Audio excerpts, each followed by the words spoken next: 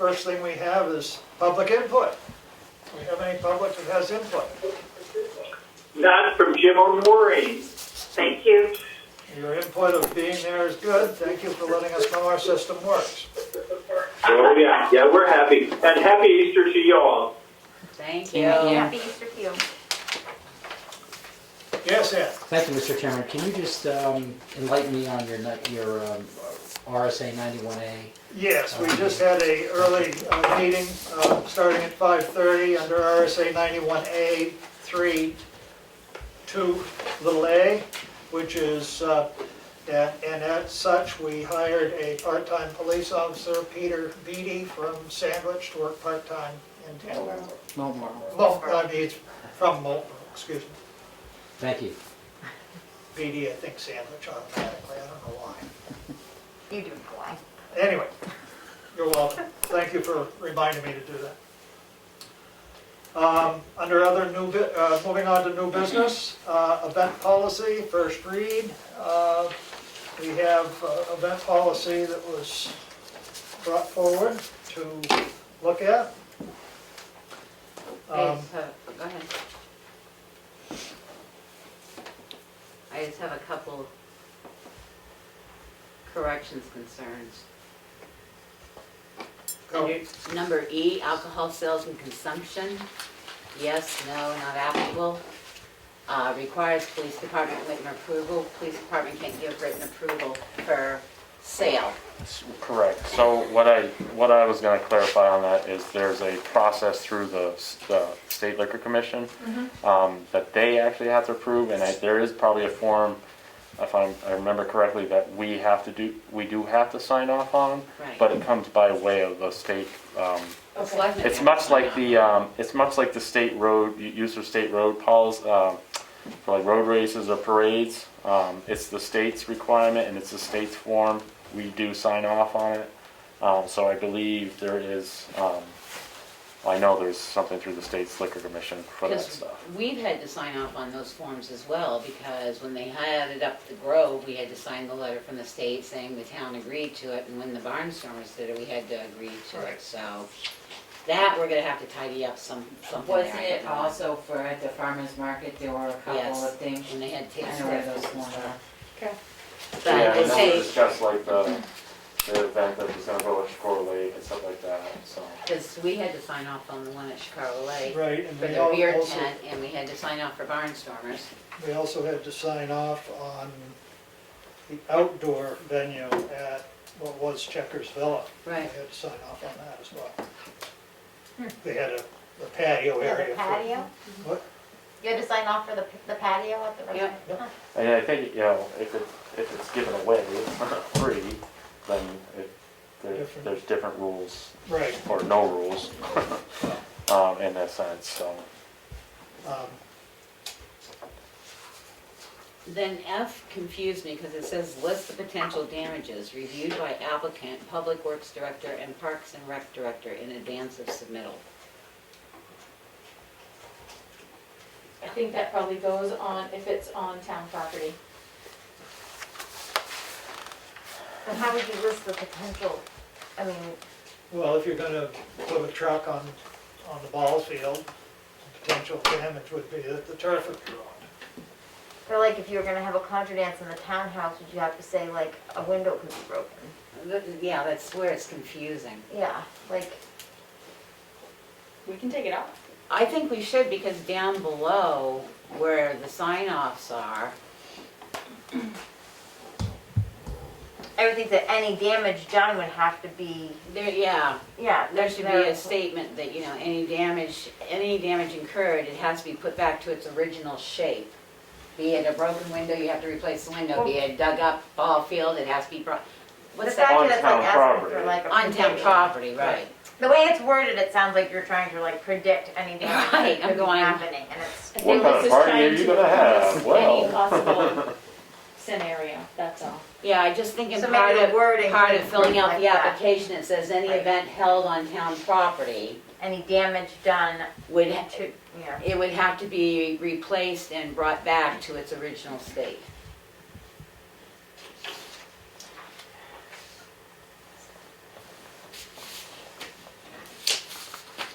filming me or you? No, I'm reading my phone. Yeah, I Video. Yep, Well, exactly what I'm doing. I'm so glad you realized that.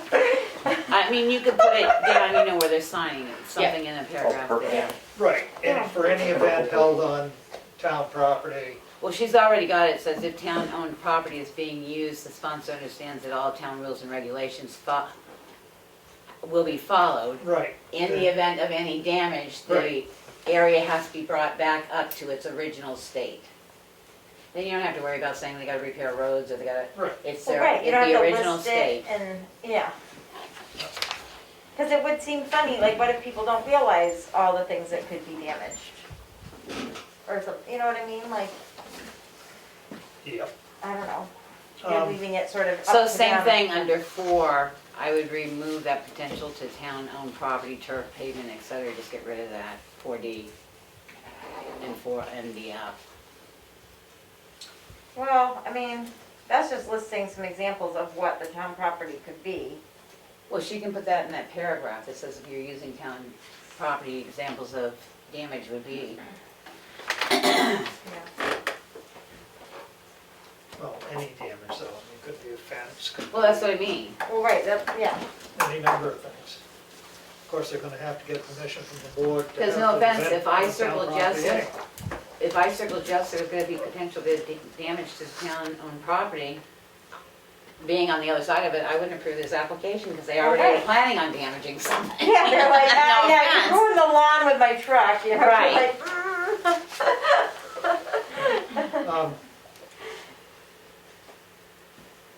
Yeah, I mean, and that's sort of the planning process that this is to go through, is so that you'll know that they're planning on putting a tent up, and they're gonna put vehicles out there to drop the tent and chairs off, or whatever. But on town property, obviously, they'd have to get the board's approval before they were gonna do it on town property anyway. So there'd be a discussion up front on that. That was one thing that I would put in here, if you can squeeze it in there somewhere, if they're going to put a tent, and if they are, what size, because some tents require inspection by the fire chief. There is a thing on tents, where did I see it? I just saw that yeah, I thought that it was listed under, under 2, yeah, 2C. Location, of any Used tents that will be sizes. used, and the sizes. Plain proof, plain copy of tenant permit. well, the tent permit has to be issued by the fire chief, so, Right. So if you have them a copy of it, then Right, and so it should say there, copy of permit. it says it. It says it. it says copy of the permit, but what I'm saying is, if they're submitting this in, they haven't set up their tent yet, they won't have a copy of the permit with them. Because So you have to get the the permit tent before. can't be, Inspected until it's up. yes. And that's where the fire chief has the right to say, I'm sorry, this tent doesn't meet the laws, so therefore you have to do this, this, and this, or So that it's- wording needs to change. Right, because they can't submit until the tent's up.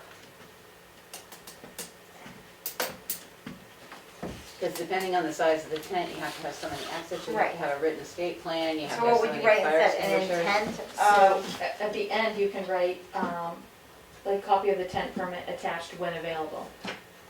Or like, when available, take the attached off, put when available. Well, the certificate of flame proofing, we can get ahead of time, because they should be able to get that from the company. From the company. Right. Down Copy of the below, tent permit when the available. permit should come from the fire chief, so underneath where the fire department signs off, he's the one that would get the certificate. and he's giving it to us? Right, but But, he's or not gonna he be should able be to keeping a sign off file. on this. He's not gonna be, he's the one that has the permit, so if anything goes with the tent, it would go back to getting the permit from the copy of the permit from the fire chief. But where is the check and balance to know what the left hand is doing and the right hand? Well, that's what I'm saying, down at the bottom, you can't conditionally approve all this until everybody is signed off. That's gonna be the fine with the tent. I would just leave it as a flame resistant, and it's up to the chief to say, yes, they can go ahead, or no, they can't. Because he has to inspect it via what the laws are, not us. And he won't inspect it until 24 hours before the event, unless it's gonna be a 8-day event or something. Because if it's something permanent, like the one they do out to the preserve, they issue it for the entire season. Yeah. Where if it's something you're putting it up for a one-day event, like we're gonna do for the town meeting, the permit's gonna be in the chief's possession, because he's the one that's gonna check it off. So I would just say the flame and leave the permitting out of it, because they Okay. won't have it to submit to us. So this, We can always get a copy later to attach it, if we want an extra copy, we just get it from the fire chief. this really doesn't have, it has the event sponsor, the property owner on the application, but there's nothing here that gives an actual, the board met,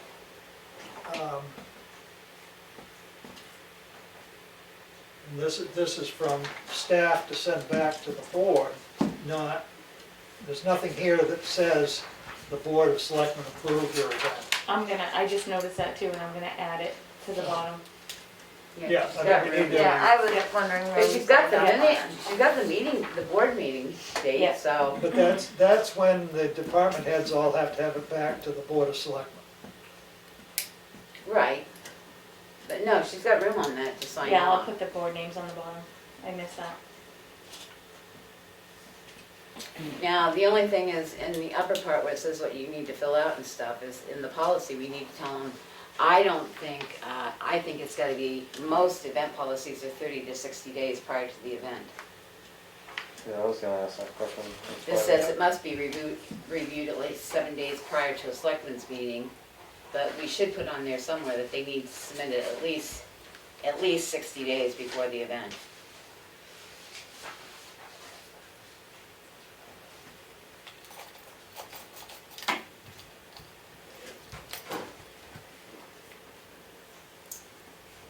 Well, if you have 7 days, that means police, fire, anybody else is gonna have that time period of 7 days to get that information back to the board saying, yeah, it's okay, it's not okay. Well, that's why I Well, say, I think So we're, that's kind of a short window. no, yeah, that's why I say do it 60 days, and I would do it within 15 days. That gives each department 5 to Yeah. 7 days to Right. review it and say, we'll get it back to you. a lot of these events are obviously planned well in advance, and we don't wanna be making decisions 1 week prior to their event, because then they're gonna have to cancel or whatever. Right. Like, you obviously wanna have enough time frame window to make adjustments, changes, or whatever, so that they, you don't end up with angry people. Because I would make it that we have them have it 60 days in advance, and we give the answer 30 days in advance of the, that gives us 30 days to have it reviewed. Which I would think would be suffice, as long as 2 they. months. They submit it to us 2 months before, we ran it through all our reviews, and we will render a decision within 30 days of the event. That gives them 30 days if they gotta cancel or fix something, that they can get it fixed. Yeah. I mean, a lot of places go out 90 days. Me, that's a little We hard. just set a minimum, that's all. I mean, they But can we'll submit set a it. minimum of 60 days. They submitted 120, they won't get their So answer until 30 days before the event. So you're gonna put that at 60 days instead of 7 days. They submit their application within 60 60 days, and within 30 days of the event, a decision will be made. That gives them 30 month. days to cancel us or fix if something doesn't come, if something doesn't meet, 60 days before the event. at least 60 days before the event, and a decision to be rendered within 30 days of the event.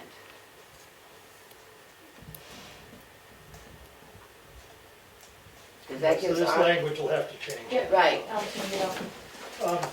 The one thing that I didn't see on here that I thought would be good is an anticipated number of persons expecting. yeah, it's on the front page, isn't it? Simply because, Crowd control. I mean, I thought that was. how would the police know whether they might say, no, I think you really ought to have somebody here, we're gonna have 500 people, or whatever, you know. Anticipated 30 people, okay, we don't need to worry so much about it, but it's gonna be a big, large crowd somewhere, there might be traffic control that needs to be dealt with.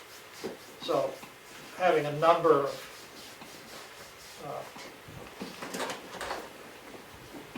anticipated participants.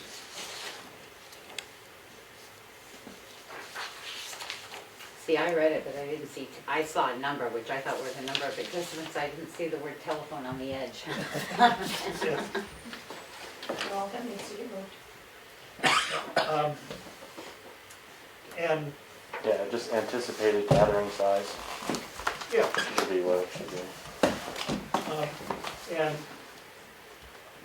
ordinance goes through town meeting, and if we're making a policy, it doesn't.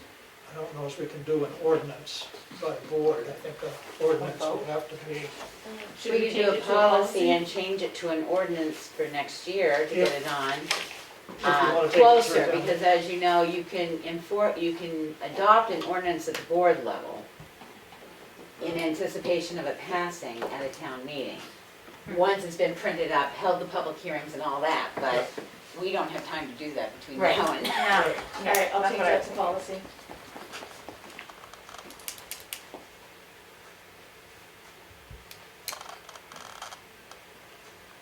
And I guess, Oh, I'm sorry.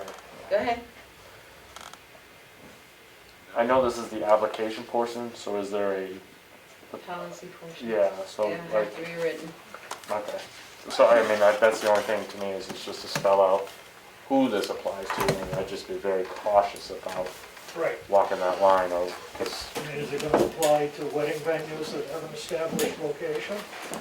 right, and we have a handful of those in town. Yeah, There's a lot. probably some new ones Well, coming in. To be honest with you, I think it should, and I think it can be, because it says from here to here, so it's not like they're gonna have to reapply every wedding. They can say, we have the capacity to hold 700, so it could be 10 to 700, and we're gonna hold it from May April until to October.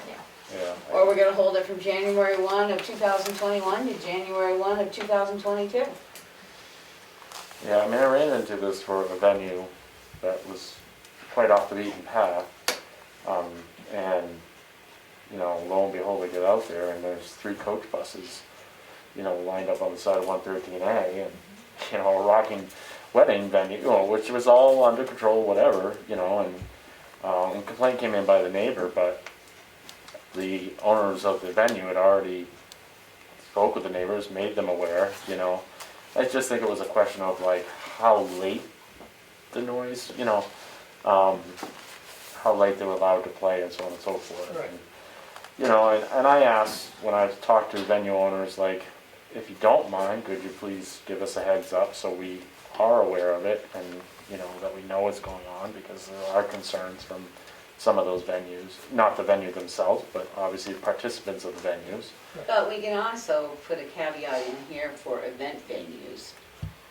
Event venues, I'm not gonna just segregate it as wedding because there are other events that draw large crowds. For an event venue of any event that's gonna be over 100 people, please advise us so that we know whether we need police. I mean, no offense, if you got 100, your fire department could be rather busy too if something goes wrong. I mean, we get, you know, one of the venues over on Shkora's side, we get, you know, we get noise complaints from the neighborhood, you know, and I've talked to the venue, and there's no set time. You know, I've always asked that courtesy is 10 o'clock, you know, and they shut down around that time, but really there's nothing to enforce, you know, because they're an event venue, you know, so if they have a wedding and they're playing till 11 o'clock, I mean, it's not really a disturbing the peace because it's part of their business in a sense, and we don't have any ordinances that enforce a time or curfew of anything of sorts, so it doesn't, for me, you know, it's different than somebody throwing a house party in Skiing Beach at an Airbnb, you know, and they have 40, 50 guests there that are rocking out late at night. Now, we will address those as disturbing the peace because it's a home and it's a residential area and But you don't have anything to vacuum. where peace is expected, so we can enforce the state law on disturbing the peace. But an event venue is different. They're running a business, you know, It's no different than the wood chipper firing up at a log yard or whatever at 6 o'clock in the morning. But even the state law on disturbing the peace doesn't address noise. Yeah, I mean, it's a right for quiet enjoyment, is what's written in there, so it's how you interpret it, like any lawyer. But I say, for major events, I'm sure we could send something out to them and say, you know, we've started this event policy to get us better organized in town about what we might need for possible services availability. If you have an event that's gonna be greater than 150 or 100 people, could you please let us know date and time so that we know that they're, I would just think the risk of anything would escalate. You know, I'm thinking of different weddings that I've been to, and like my grandmother broke her arm at one, you know, and like you get enough people together and Major. Something's down there. that's what I mean, it's like, you know, it's not a major thing. I'm not saying it was a major thing. well, some nights I'm just saying that take- you get enough people in the same area and somebody is going to, Well, we had a venue under previous management where every weekend I was there dealing with it because the manager of it was, you know, throwing pianos on the bonfire or lighting off cannons at, you know, odd hours at night, and, you know, and the laws are pretty specific to operators of these venues not being impaired, you know, or joining in on the party, so to speak. And, you know, we used to deal with this on a frequent basis under prior management. I mean, the parties were often out of control. but I think it's a start. It will let us know what's going well, that's on. what I was thinking. We're gonna have to get the word out about, you know, we do have an event application process, which is new to this town. Once we approve it with the changes and everything, get the policy up, and then we just broadcast it out, and I'm sure we can reach out to the venues that we have and say, Or that so you guys know, like on the weekends, you know, around like 11 o'clock at night or whatever, you might want to see if there's a drunk drivers around, or you know what I mean? Like it's just, you would know which roads to probably, what? To avoid, is that what you said? No, that's not what I said. I think it's better to know where they might be parking on the roadway but think they're off. That's what bothers, you know, all of a sudden your road shrunk because yes, they're off the road, but you're parked on both sides and the road's narrow enough now that you can't get through it. Those types of things. I think those things are more of an issue and stuff like Right. that. Right. And I'm very grateful. You know, I've had a lot of open communication with many people that are, you know, doing events and whatever. You know, we discuss things like parking hazards and other nature or, you know, quiet times and so on and so forth. And, you know, I'm very grateful for those people that do reach out to us, so. I think we can get it. And I just think what this sort of does is force that conversation with myself, the fire chief, or the board, or whatever. To say, look, we just want to make sure that everybody has fun and everybody's safe, and Right. you know. It's well planned and not just spontaneous. Yeah. That's- Or that we're all on the same page, so we say, oh yeah, they're an event venue, and this is what they do. And Or we find out 3 people in the same roadway are having an event the same weekend and they're gonna have 400 cars between the 3 of them. Right, and then, yeah. Could happen. One thing that I don't know if this policy would cover is, and I know we talked about it a year or so ago, and that is the food trucks. Are they an event? No, we're actually looking at a policy for a vendor, like a vendor's policy. Okay. Actually, I thought we threw something together. I'll have to go back to my things, because we were looking at a vendor's policy. So food trucks would be a vendor's policy, because they're movable and. Right, but they're also liable to draw. Right, that's why we were gonna do a Crowd. vendor's policy to understand. We'll have to see if they come back. I would have to. I would agree with you on that. I don't know if it would qualify as an event, but you know, vendor's policy would address the safety issues. Right, and then it's any vendor, you know, you might have the Boy Scouts decide to set up here and sell blueberries, you know, so that's a vendor, because it's somebody, Okay, I just didn't want us to lose that, because that was one of the things that was an issue before. right.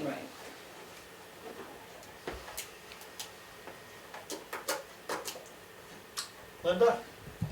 The only thing about like the event places, the venues, I would think you'd want to know if there's a wedding with 30 people or a wedding with 300. If they do it once a year, you don't No, that's know. what I said. I think it We'll should work be with for them. each event, for like a wedding or something, that at least the PD knows or the fire, so they know if they get a call up there if there's 200 cars on the side of the road or 20.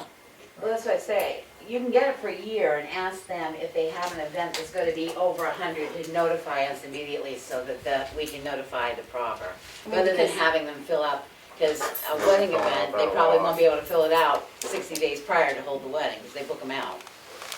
So, But it's just, I mean, like, on my road, on the top of the hill, oh, I'm well I mean, to get a fire truck up there or something, if there's 200 cars, you're not gonna. Yeah. So we can add a caveat in the policy that says registered event venues, which we have in town.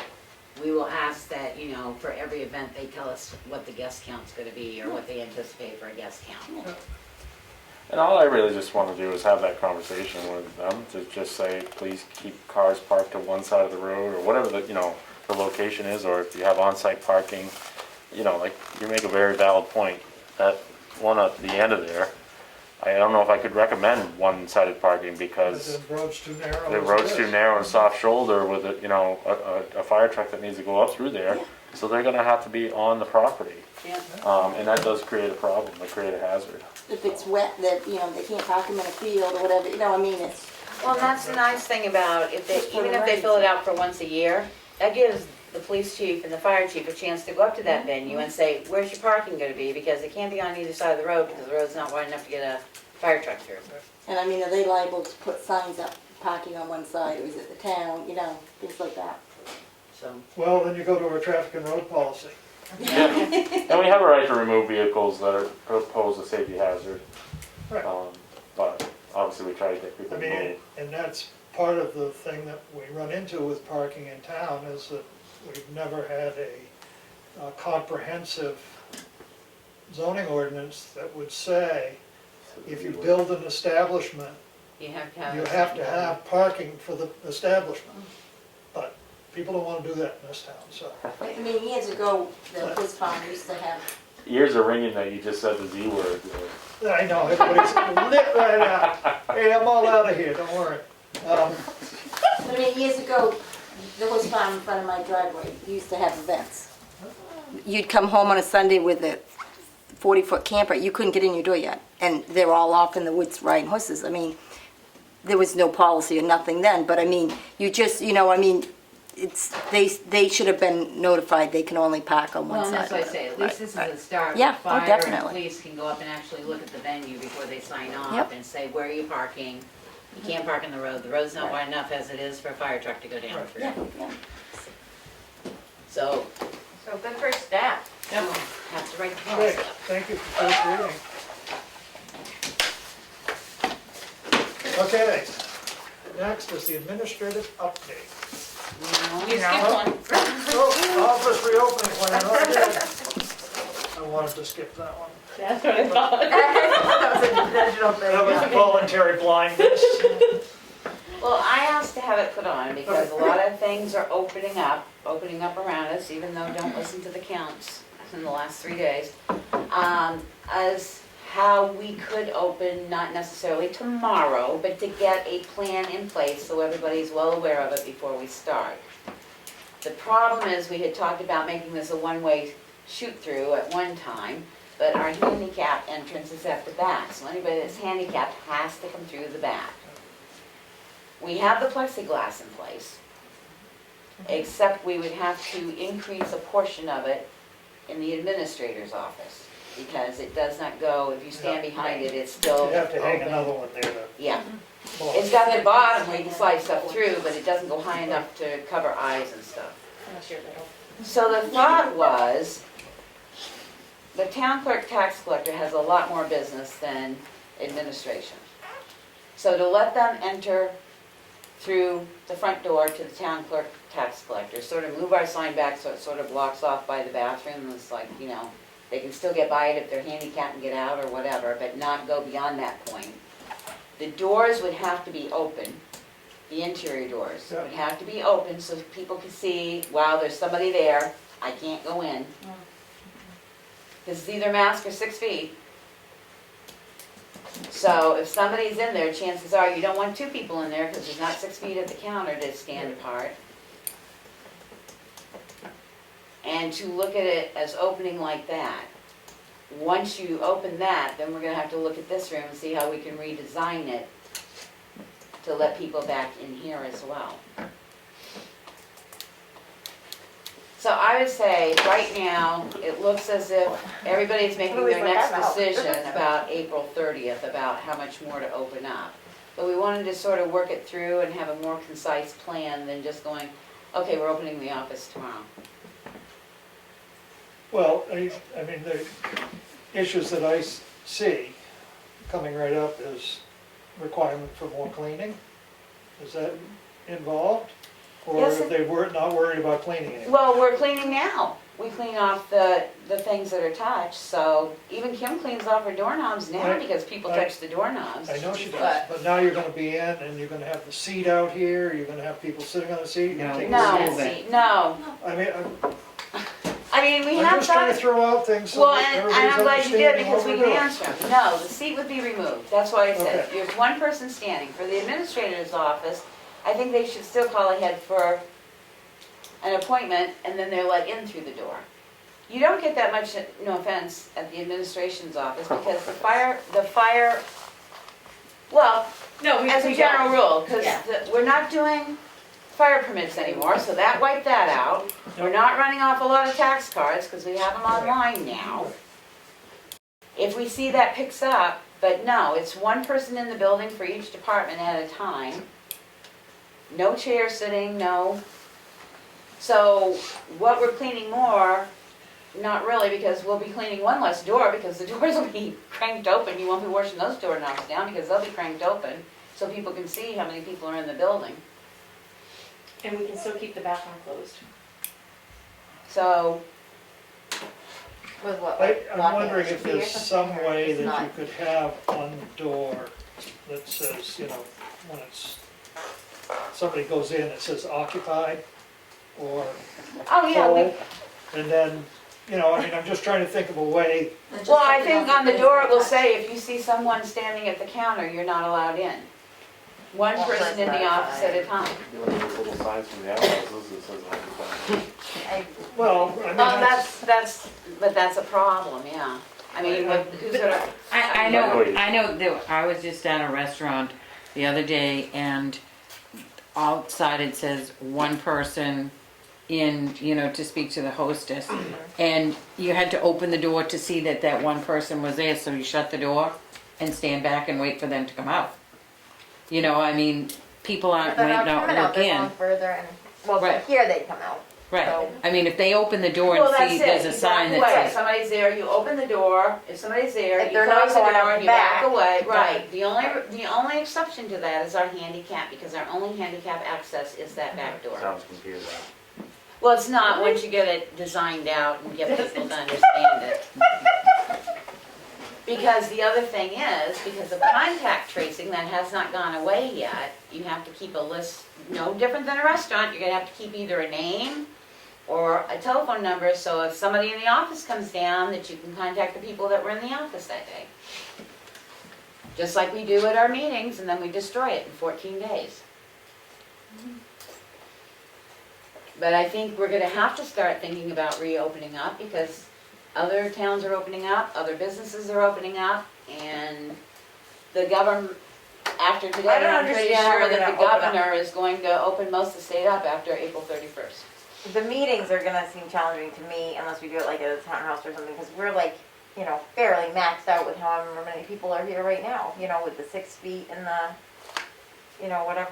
I don't know, it just seems Well, that's like. why I say, Two we're more trying to people? get something in place so that, when we decide to open, it's not, well, how are we gonna do this? We've got it all laid out, people are trained in it. Yeah, I just don't see how the meetings, this format here in this building is possible during COVID to like open all.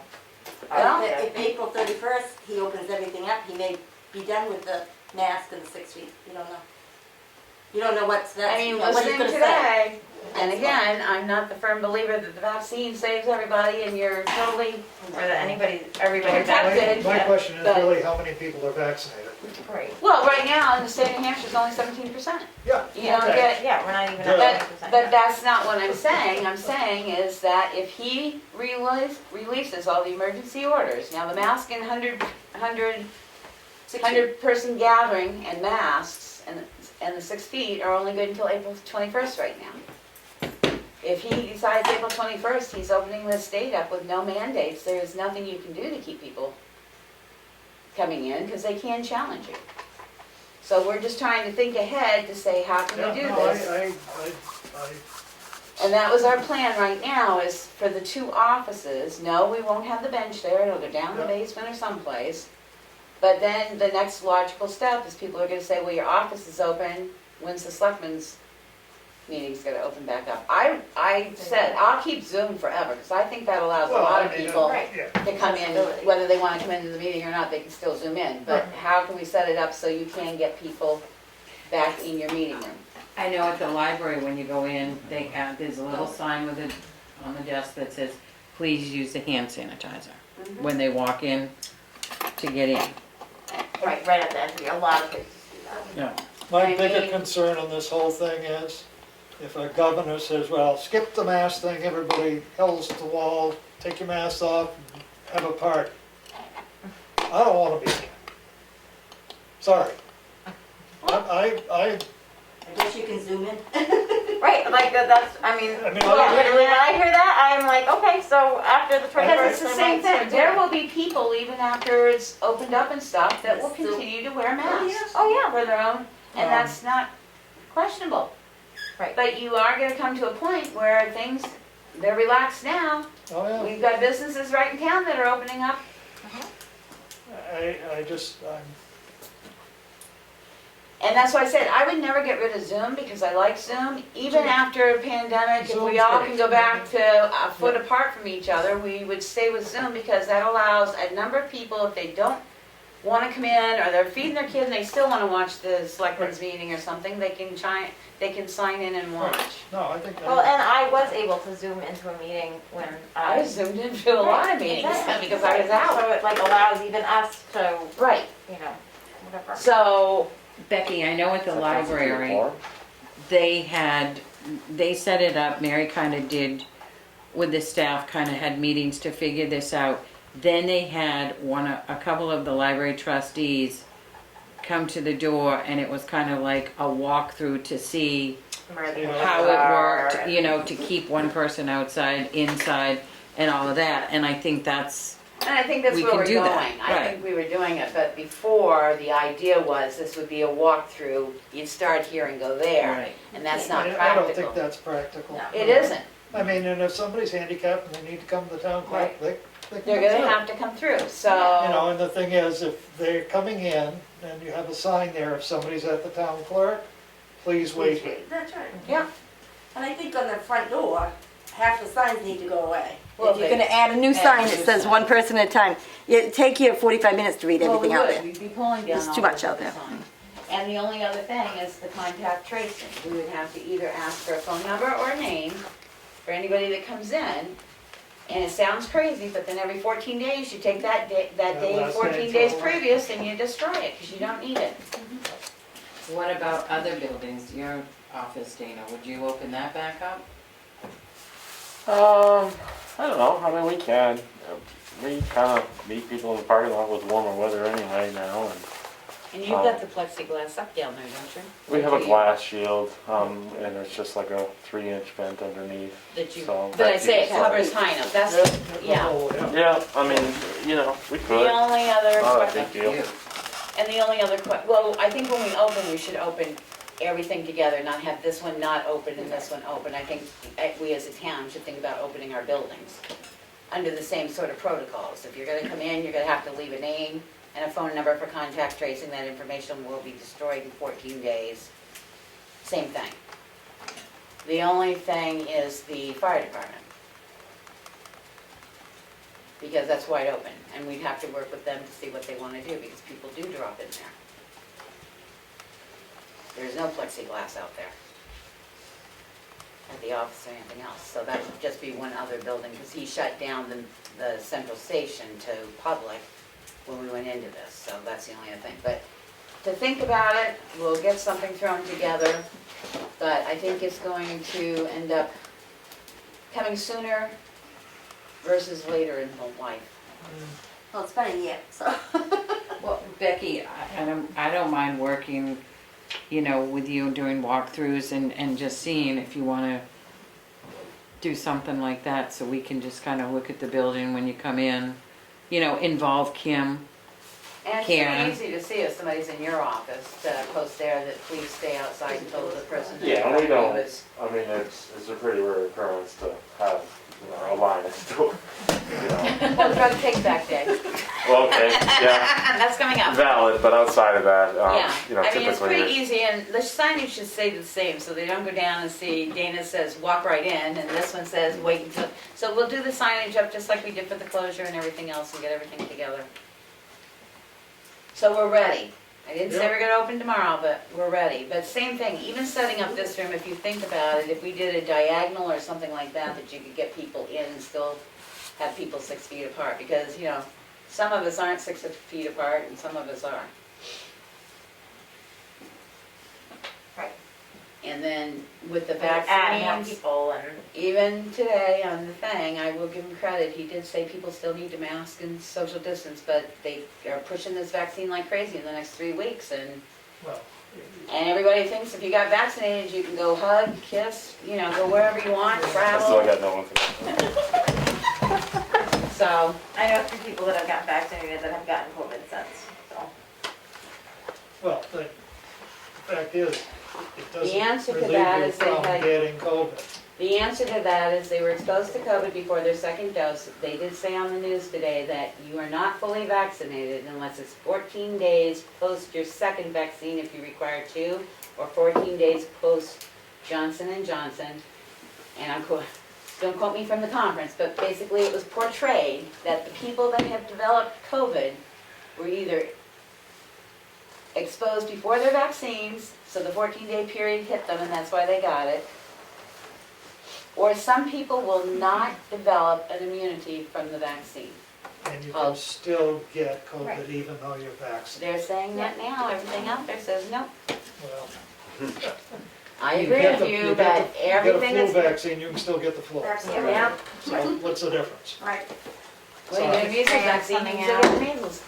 Yeah, But it's called breakthrough, because they didn't build up a big enough immunity. Right.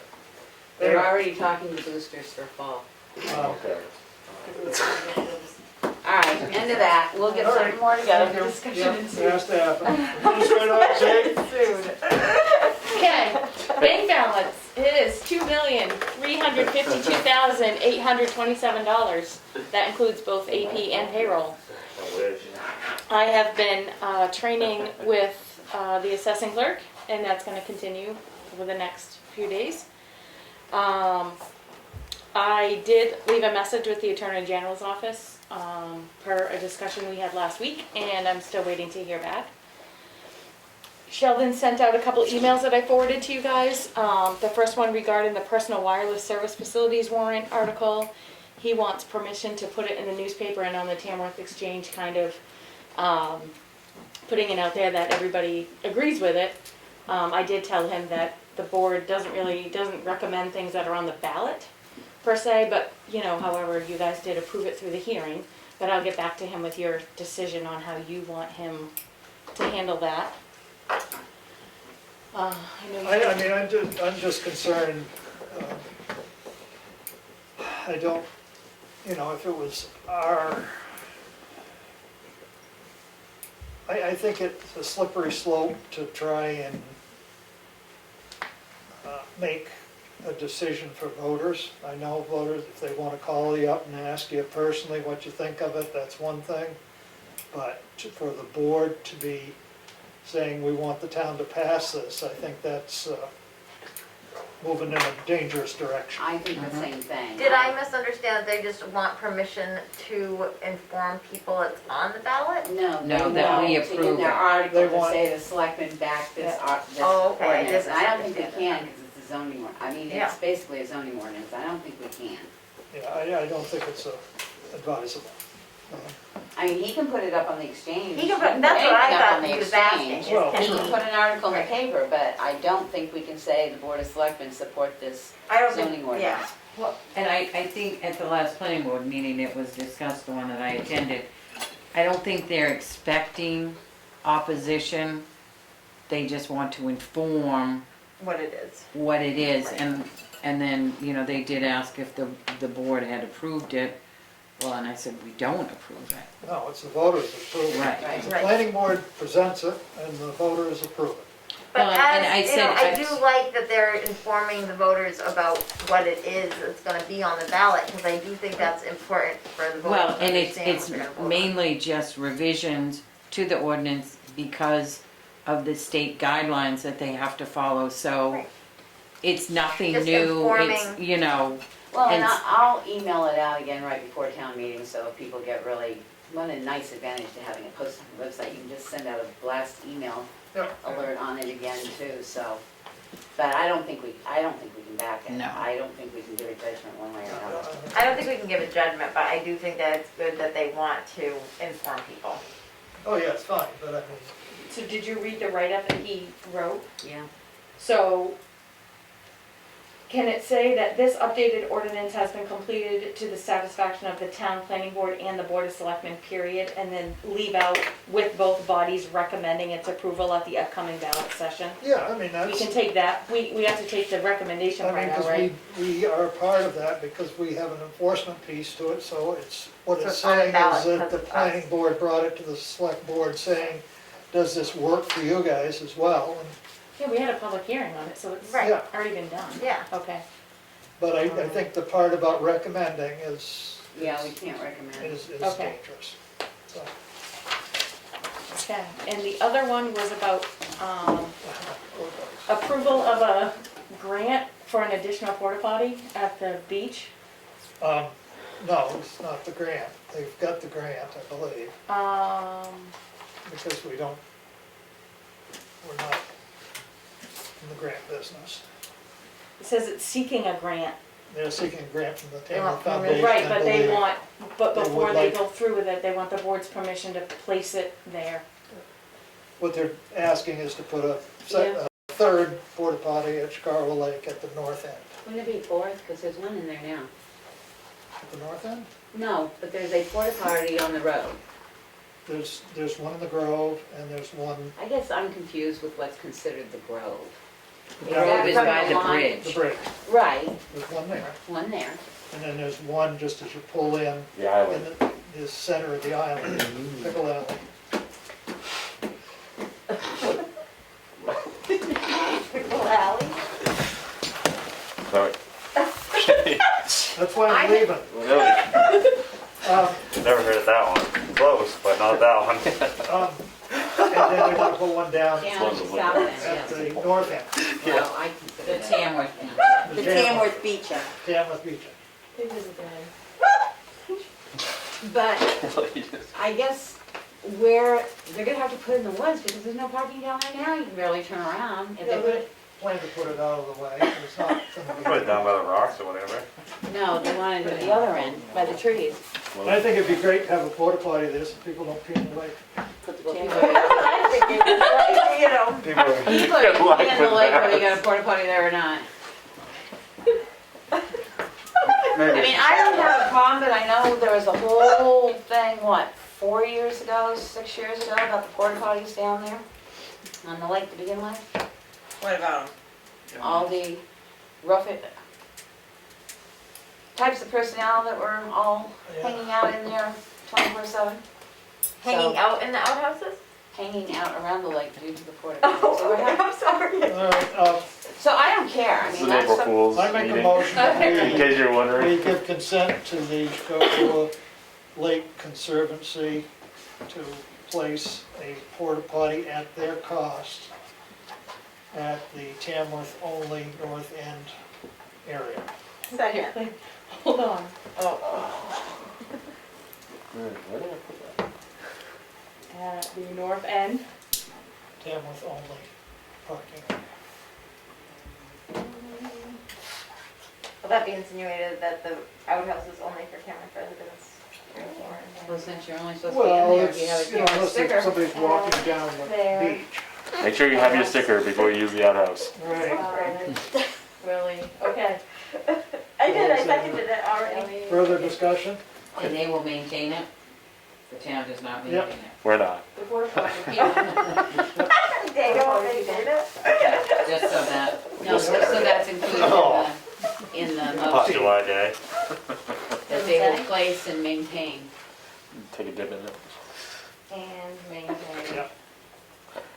There have been people known to hide out in them. Okay. Any further discussion? Roll call vote? Streety, yes? Oh, the one that Yes. was. Mason, Yeah. yes? Aaron, Aaron? Whereas Aaron. Burger, yes. they, You're gonna abstain, okay, thank you, Dan. I got the start. Barnum, yes, what do you think? unanimous decision. And that's it for me. Good for you. Signature file, we ought to be able to mess this up too. No, not me, Dana did.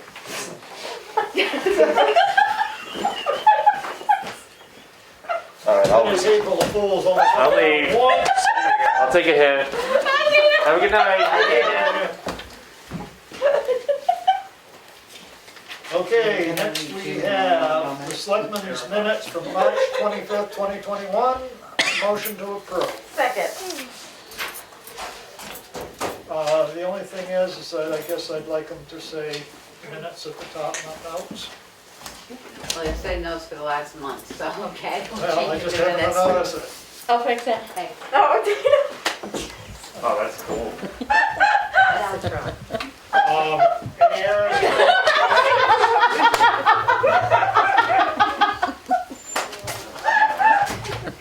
Thanks, Dana.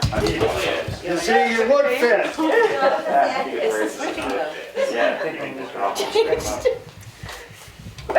Okay, I have a motion on the floor. I seconded And it's been it. seconded to accept the minutes.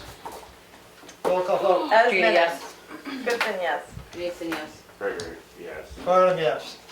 I have 1, 2, 3, 4, 5 non-public sessions under RSA 91A 3, 2C, all of which are unsealed. I would like to approve them all at once. I second that motion. There's more than Motion to that, isn't approve. there? No, not the C's. What? He's just did He's just C's. doing C's. He's just Oh. doing C's. Just the C's, C's. okay. Five, And then you gotta group the A's. 5 C's. And 3A. Yeah. So that's what it is. It's already been motioned and seconded. Yeah. Any you can have any that. discussion? All in favor? Roll call vote. Streety, yes? Goodson, yes. Mason, yes. Burger, yes. Farnham, yes. Unanimous decision on all 5 91A 3C unsealed minutes. I make a motion that we approve 3 RSA 91A 2A minutes, and there are 3 of them, and they are unsealed. Motion to approve. Second. Questions? A roll call vote. Streety, yes? Goodson, yes. Mason, yes. Burger, yes. Farnham, yes. Unanimous. Thank you for your indulgence in getting those done quickly. Next, we have a accounts payable in the amount of $7,928.99. Cash used to date, $2,269,135.21. Motion to approve. Second. Questions? Roll call vote. Streety, yes? Goodson, yes. Mason, yes. Burger, yes. Farnham, yes, unanimous decision. Next, we have payroll manifest in the amount of $25,206.18. Motion to approve. Second. Any questions? Roll call vote. Streety, yes? Goodson, yes. Mason, yes. Burger, yes. Okay, You have to yes it too. the 2020 landfill. Farnham, yes. quote- Yeah. What? You have to vote. Oh, I gotta vote? Oh, why do I have to vote? Farnham, yes, thank you. Unanimous decision. I'm trying to get through this meeting, as anybody can tell. Next, we have the 2020 landfill post-closure inspection report done by HED. There were a couple of items in there that we need to attend to as far as vegetation along the drainage swales. So we need to keep that in mind. Motion to approve the report and have singular signature to submit. Second. Questions? A roll call vote? Streety, yes. Goodson, yes. Mason, yes. Ritter, yes. Farnham, yes. Thank you. Unanimous decision. We have a letter to the Carroll County representatives, reference HB 111. Has everybody had an opportunity to read that? Motion to approve. Second. Discussion. Thank you, Becky. Roll call vote. Streety, yes. Goodson, yes. Mason, yes. Ritter, yes. Farnham, yes. Unanimous decision. Next, we have a letter to Senator Jeb Bradley, reference House Bill 111. I presume everyone's had an opportunity to read that? Yep. Did you get a second? Second. Other questions? Roll call vote. Streety, yes. Goodson, yes. Mason, yes. Ritter, yes. Farnham, yes. Next, we have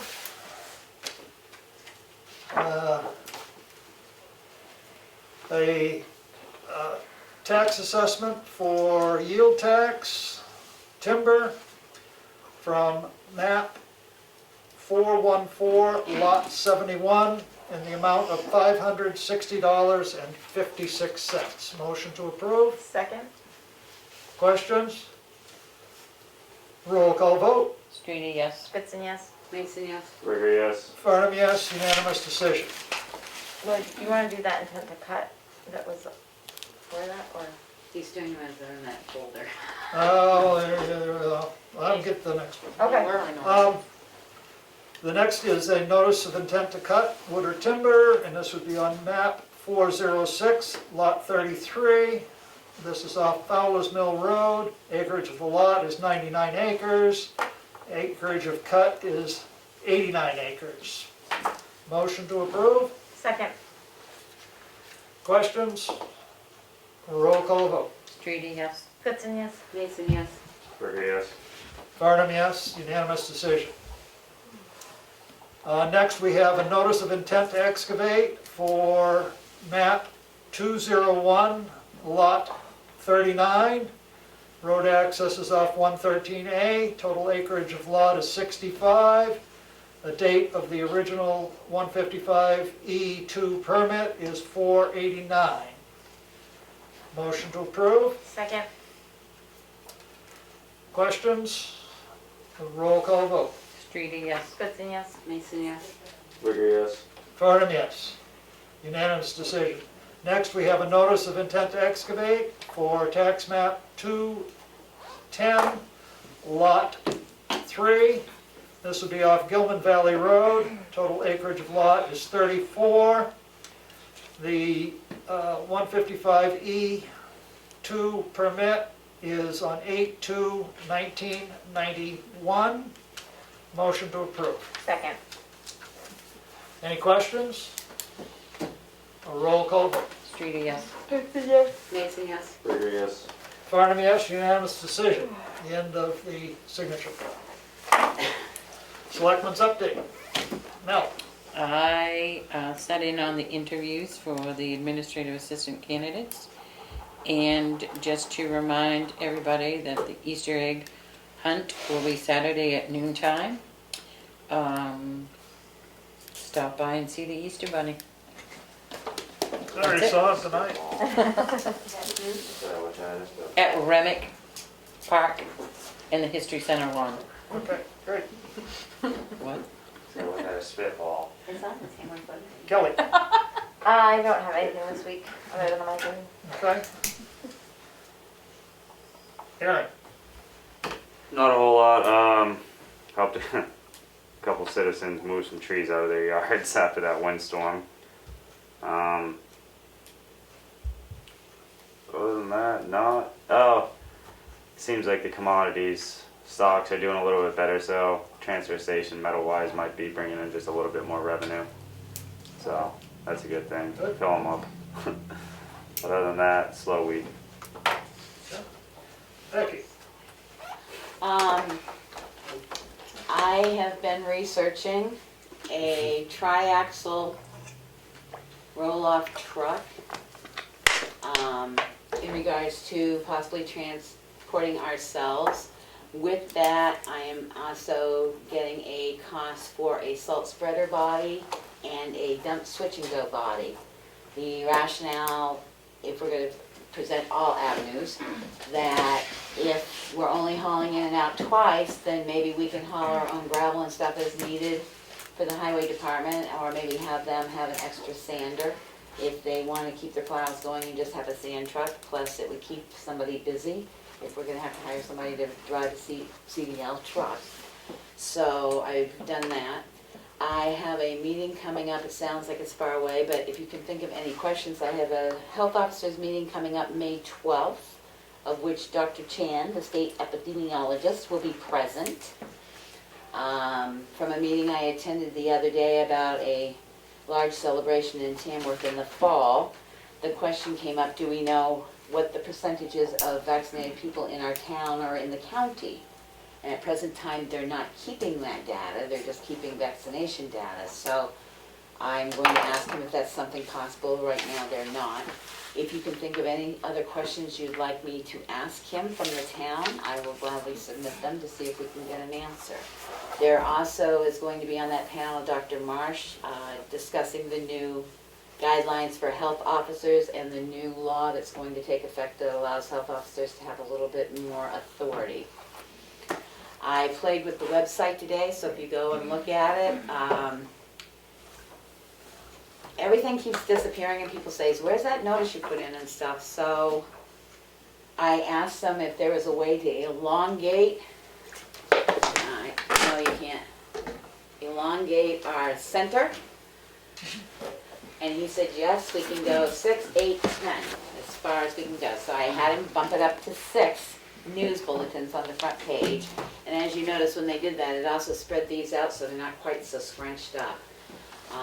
So we'll be working on that. I was working with Roxy on, there's about 11 or 12 tax maps that have been updated by our mapping company to update them on our website. After some trial and frustration, it will take me about 30 seconds to do it now that I've found the back door. So other than that, I think I'm making a few phone calls this week. I think that's it. Okay, thank you very much. I worked a little bit on Brewster Road. The situation with that is the middle section of that was discontinued back in 1890. So that road is not a continual road, and I'm not sure why, when the road names were redone and 911 came into being, they allowed that to be a continual road. So off Gardner Hill Road, I think there are 3 places that start at 25 Brewster Hill Road and go to 60 or 70. And then off Filbert Neighborhood Road, the other end of Brewster Hill Road, is Brewster Hill Road 91. And in fact, I was speaking with the person who's on that far end, and he says the rescue squad one winter walked all the way through the woods to get to his place. Oh my goodness. Because they didn't know they could go around.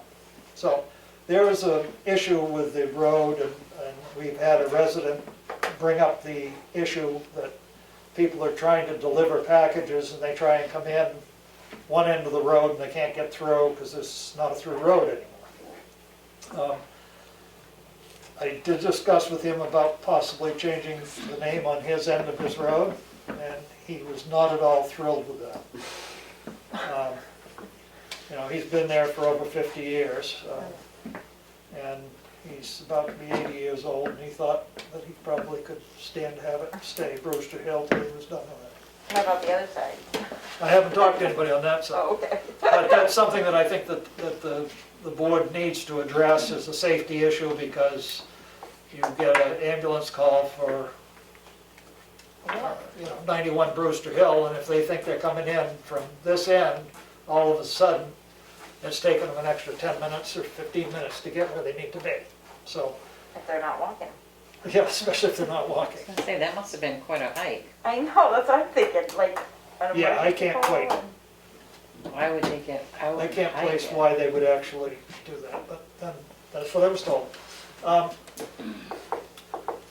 So that's one of the things. And the other thing, in looking at our map on roads, from the Tamworth Pines is not listed on our map. I know they're private roads, but you have all the private roads in Ski and Beach and Candle Pine Village, but there's nothing on our map in the office that shows Tamworth Pines. And that map was done in, what was it, 90, 19? 98, I thought you said 2019. 2019? Well, that's why. That was 2 years ago. So anyway, that's another issue that, It never got sent to them when we accepted.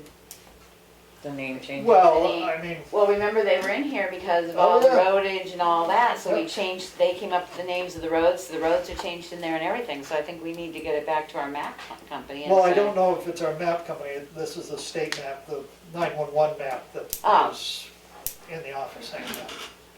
It's not a public map, supposedly. Well, you know how easy it is to deal with 911 and get any information out of them.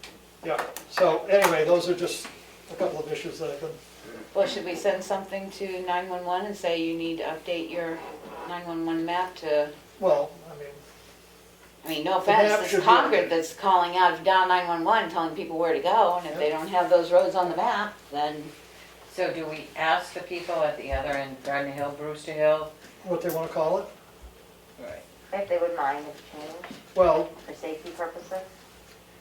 well, there comes a point that sometimes you just have to say, like, I received a letter and says your address is this, I'm sorry you were For given this back Tamworth, 20 years ago, but here's your address. nobody's going to like it. Nobody's going to want Well, to do it, right. and everybody's going to say no. So we as a board need to make sure that our citizens can be reached through emergency process. Well, I would like to think that that would be the most important thing to people is that people Well, know where to find them. Well, how does the 911 app address that? It's in the office. it doesn't. I don't know, that map doesn't show the 911 numbers, but it shows the road going like this and not meeting, and it's called the same road all the way through. Okay, that's what I said, so it's actually showing it as not meeting. Right, Oh, yeah. that doesn't make any sense, right? So anyway, that's something that we need to address. So do we reach out to them at the Gardner Hill end and just say, hey, here's a heads up, we're gonna be changing your road name due to blah, blah, blah, and Well, what would it change to? can't be Brewster Hill anymore. Can't be Brewster Hill, it can't be East Brewster Hill Don't or we have to- West or anything else. Do we have to submit that through You have to submit the name to change see if it's to, going to be any? see if there's any conflicts. Well, Because we had to do that with Or the like trailer park The- down, the- Right, yeah, the old Tamworth Brewster Pines. Hill or Right. something. where they No, came can't- up with. you can't do use the any- same name. yeah. So I guess reaching out to 911 would be, are their numbers gonna have to change too then? Because. No, the numbers would stay the same. Well, yeah, his number on the other end would change. Right.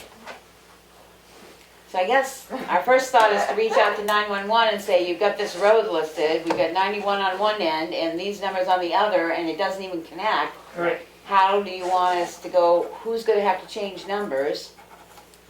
Because that's gonna be Well, more than and- just changing the name, that's gonna be changing Everybody, numbers. Everybody changes numbers and some the people only change way names. that they wouldn't all have to do it is if you renamed the one off Filbert, I believe. Right, That well, doesn't that's what I'm want to. saying. We could And ask them, I if- didn't think about What if we that named it fact. after him instead? I did not think about that when I was I know. talking to them about, if they change the other road name, your His numbers number would change. changes. right, so, Whereas he could keep his number and No, he change can't no, keep we his can't number. do that, so change the name of that road. It doesn't matter, his number's gonna change. Right, either way. All right. So I'll reach back to him with that. but at And least I'll we reach could out to contact 911 and find out what what would be involved besides just the name change, because the two roads don't connect. So he may have one number that they decide to put with one road. The number changes because it's the distance from the intersection, is how they determine the number. Yeah, but would he have to be on his own road, or would he be on Filbert. Filbert? Is what I'm asking. He would have his own. E911, right, that's what I'm saying, But now, if it's he'd the have only to have house, his you own. could just say it was like one driveway or something. That's why I say, maybe we can ask with the one driveway building, how do you, where do we add it? Because that's a one building only. Right. The other end would be easier, because you could change the name, the numbers would change. Right, the numbers will stay the same. Right, Well, but someone his, else Yeah, so I'll have another conversation. All right. Just give them some time to think about it. because there's a couple places that are gonna have new E911 numbers, because they've been bought and sold, and the original number that was on them is no longer valid numbers. Because you can't have two addresses with the same number.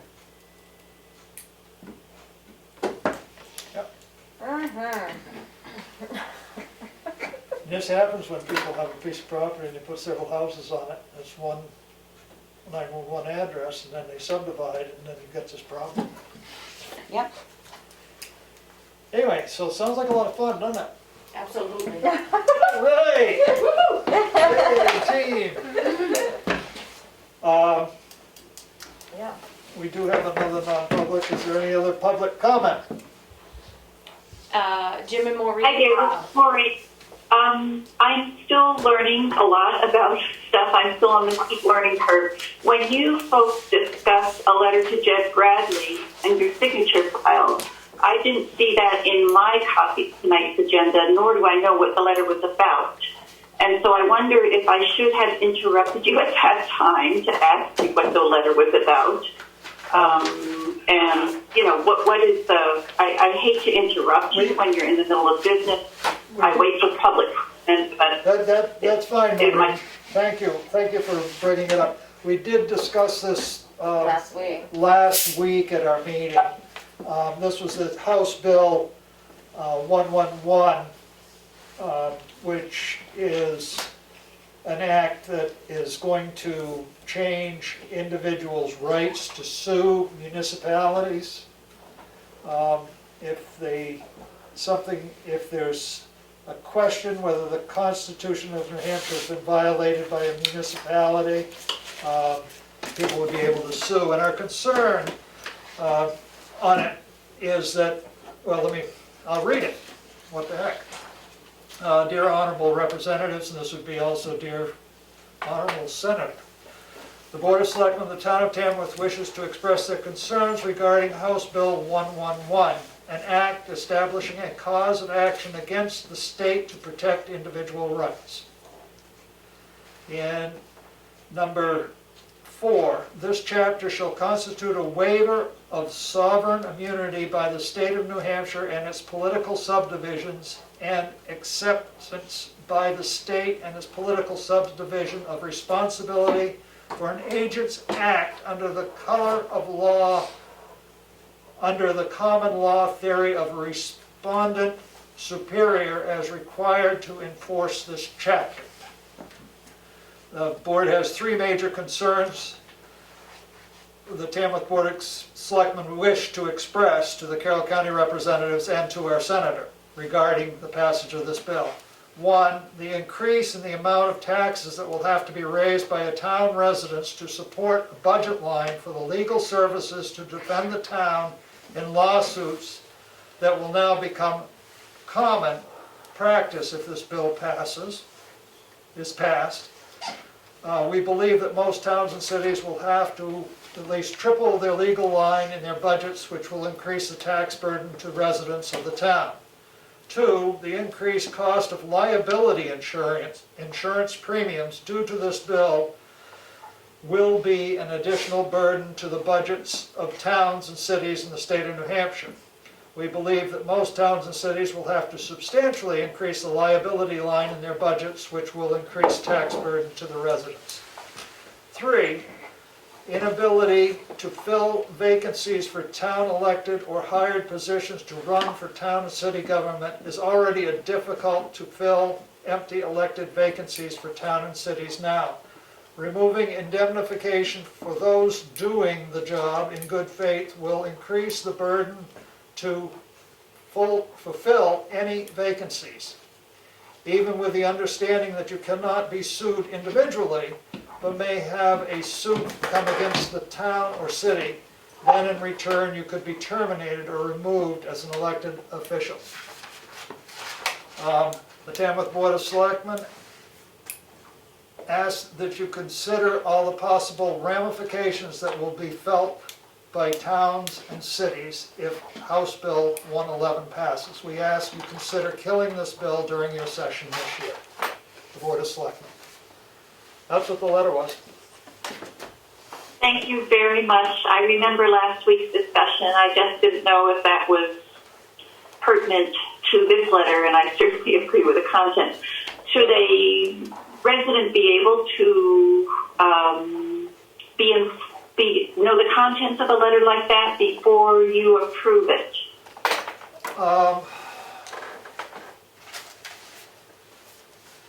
I don't know. I'm just asking. Yeah, I don't know how physically that could work. You know, there's a lot of stuff that we, you know, all our intent to cuts and all our other stuff that we do. You know, we don't post everything that we're going to sign or have discussion of at a meeting. That would be, I think, kind of burdensome. But I did, you know, I mean, I do see the lots and, you know, the identity of things with an intent to cut and all that stuff. I just didn't even see this letter on tonight's agenda. It was added late, Maureen, so we don't always update the agenda on the website, but a lot of times the signature file will increase through the week after the agenda's been set. I understand that, and I really appreciate your reading the letter in full. It definitely tells me a lot. I thank you. Just still trying to learn what be available to a resident as they listen to meetings. And I also want to say on a positive note that I had a trip to the transfer station and put my 3 bags of textiles in the bin, and it was totally effortless. Thank you very much. Was that recent, Maureen? Has it been emptied is what you're saying? Yes. Oh, good. Yep, very good, thank you. Yeah, I mean, you know, you think every bit of textile you put in there, I don't know what your bags weigh, but that's a savings. Because it's not going into a landfill, and it's not being paid for to be trucked, and it's not being paid for to be tip feed into a landfill. So it's a savings, thank you. Thank you. Any other public comment? Linda? Did anyone hear if White Lake's gonna allow swim lessons? I've not been able to contact, nobody's answering the phone over there, and they're sending me to Concord, and I haven't been able to reach anybody yet. I mean, Concord isn't opened back up? Oh, sorry, that was a snide comment, wasn't it? I make a motion, we go into non-public session under RSA 91A 3(2) little a. Second. A roll call vote. Streeter, yes. Goodson, yes. Mason, yes. Fergie, yes. Farnham, yes. Unanimous decision. We're in non-public session at 7:18.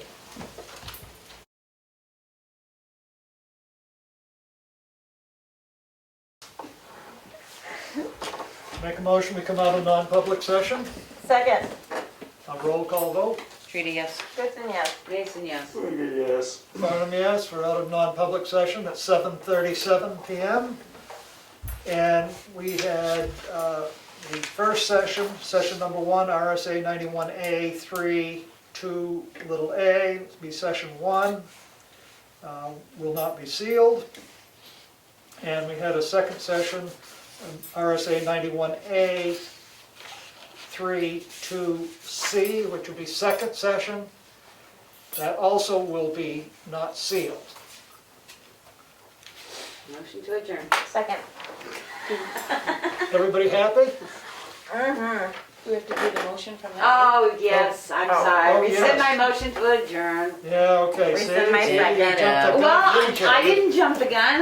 I didn't want to spend any money. Yeah, okay. What's new? Huh?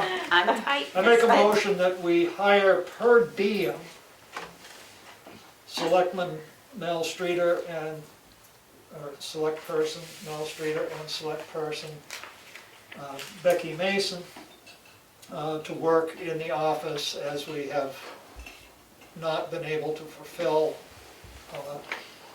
a position in the office for several weeks, and we have another position that will be vacating in 2 days. Second? That would be it. Any questions, comments? Did you want to include, the like we did before, the number of hours and the amount? Well, It's per do we diem. know? It's per diem, I guess the amount, yeah, it'd probably be a good idea to add that portion. And the rate of pay would be $20 per hour.